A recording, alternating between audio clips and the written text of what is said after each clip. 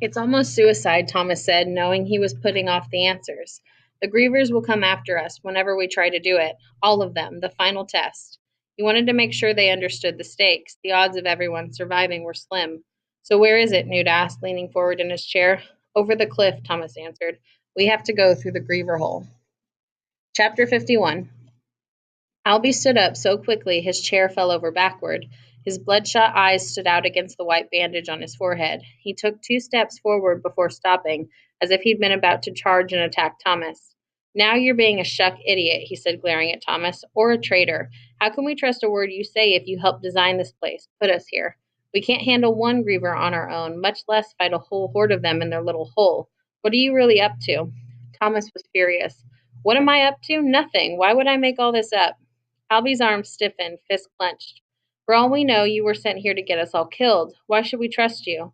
Thomas stared, incredulous. Albie, do you have a short-term memory problem? I risked my life to save you out in the maze. You'd be dead if it wasn't for me.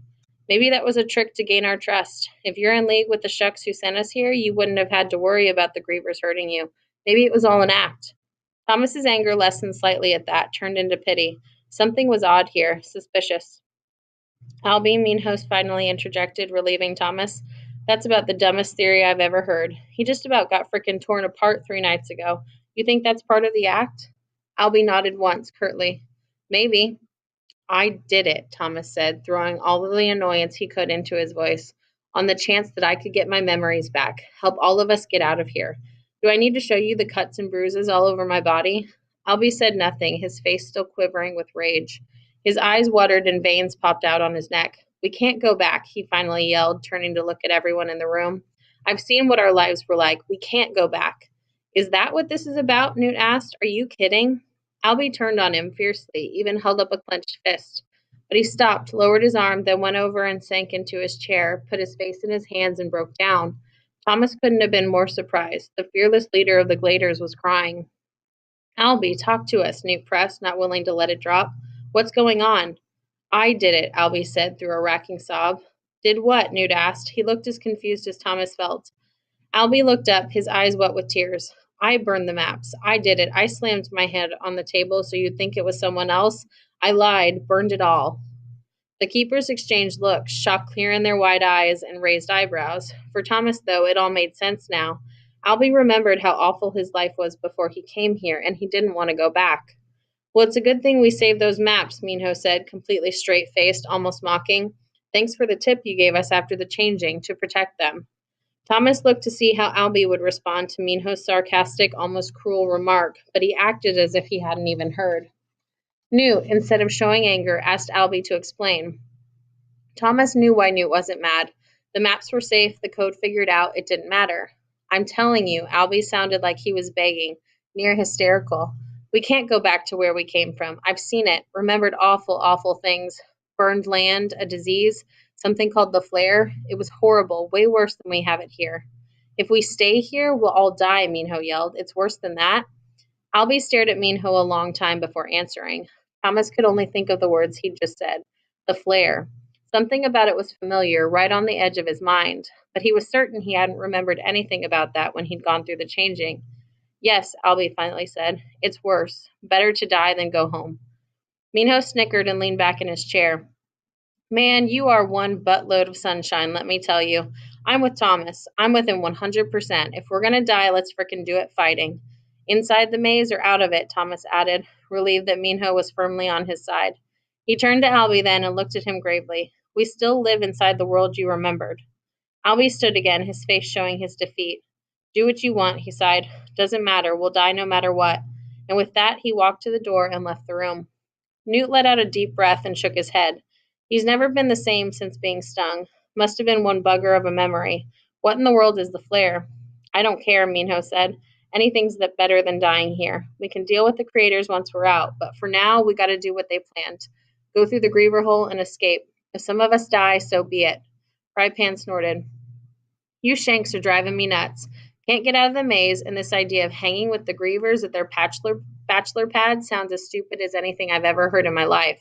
Might as well slit our wrists. The other keepers burst out in argument, everyone talking over everyone else. Newt finally screamed for them to shut up. Thomas spoke again once things settled. I'm going through the hole or I'll die trying to get there. Looks like Minho will too. And I'm sure Teresa's in. If we can fight off the grievers long enough for someone to punch in the code and shut them down, then we can go through the door they come through. We've all passed the test. Then we can face the creators themselves. Newt's grin had no humor in it. And you think we can fight off grievers? Even if we don't die, we'll probably all get stung. Every last one of them might be waiting for us when we get to the cliff.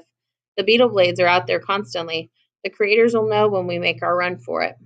He's been dreading it, but Thomas knew it was time to tell them the last part of his plan.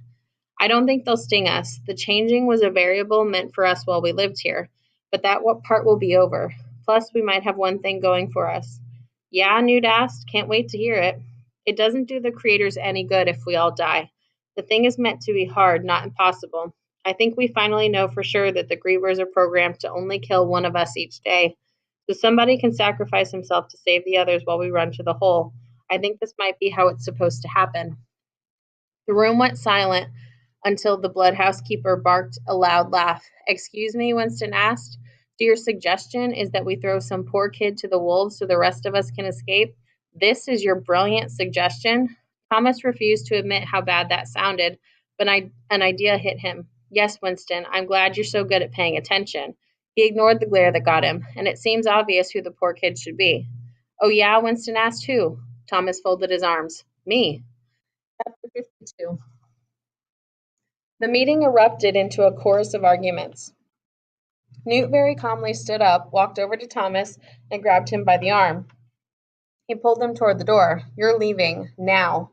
Thomas was stunned. Leaving? Why? Think you've said enough for one meeting. We need to talk and decide what to do, without you here. They had reached the door, and Newt gave him a gentle push outside. Wait for me by the box. When we're done, you and I'll talk. He started to turn around, but Thomas reached out and grabbed him. You gotta believe me, Newt. It's the only way out of here. We can do it. I swear, we're meant to. Newt got in his face and spoke in an angry rasp of a whisper. Yeah, I especially love the bit where you volunteered to get yourself killed. I'm perfectly willing to. Thomas meant it, but only because of the guilt that racked him. Guilt that he'd somehow helped design the maze, but deep down he held on to the hope that he could fight long enough for someone to punch in the code and shut down the grievers before they killed him. Open the door. Oh, really? Newt asked. Mr. Noble himself, aren't you? I have plenty of my own reasons. In some ways, it's my fault we're here in the first place. He stopped, took a breath to compose himself. Anyway, I'm going no matter what, so you better not waste it. Newt frowned, his eyes suddenly filled with compassion. If you really did help design the maze, Tommy, it's not your fault. You're a kid. You can't help what they forced you to do. But it didn't matter what Newt said, what anyone said. Thomas bore the responsibility anyway, and it was growing heavier the more he thought about it. I just feel like I need to save everyone, to redeem myself. Newt stepped back, slowly shaking his head. You know what's funny, Tommy? What? I actually believe you. You just don't have an ounce of lying in those eyes of yours, and I can't bloody believe I'm about to say this. He paused. But I'm going back in there to convince those shanks we should go through the griever hole, just like you said. Might as well fight the grievers rather than sit around letting them pick us off one by one. He held up a finger. But listen to me. I don't want another buggin' word about you dying and all that heroic clunk. If we're going to do this, we'll take our chances. All of us. You hear me? Thomas held his hands up, overwhelmed with relief. Loud and clear. I was just trying to make the point that it's worth the risk. If someone's going to die every night anyway, we might as well use it to our advantage. Newt frowned. Well, ain't that just cheery? Thomas turned to walk away, but Newt called out to him. Tommy? Yeah. He stopped, but didn't look back. If I can convince those shanks, and that's a big if, the best time to go would be at night. We can hope that a lot of the grievers might be out and about in the maze, not in that hole of theirs. Good that, Thomas agreed with him. He just hoped Newt could convince the keepers. He turned to look and nodded. Newt smiled, a barely there crack in his worried grimace. We should do it tonight, before anyone else is killed. And before Thomas could say anything, Newt disappeared back into the gathering. Thomas, a little shocked at the last statement, left the homestead and walked to an old bench near the box and took a seat, his mind a whirlwind. He kept thinking of what Albie had said about the flare and what it could mean. The older boy had also mentioned burned earth and a disease. Thomas didn't remember anything like that, but if it was all true, the world they were trying to get back to didn't sound so good. Still, what other choice did they have? Besides the fact that the Weavers were attacking every night, the glade had basically shut down. Frustrated, worried, tired of his thoughts, he called out to Teresa. Can you hear me?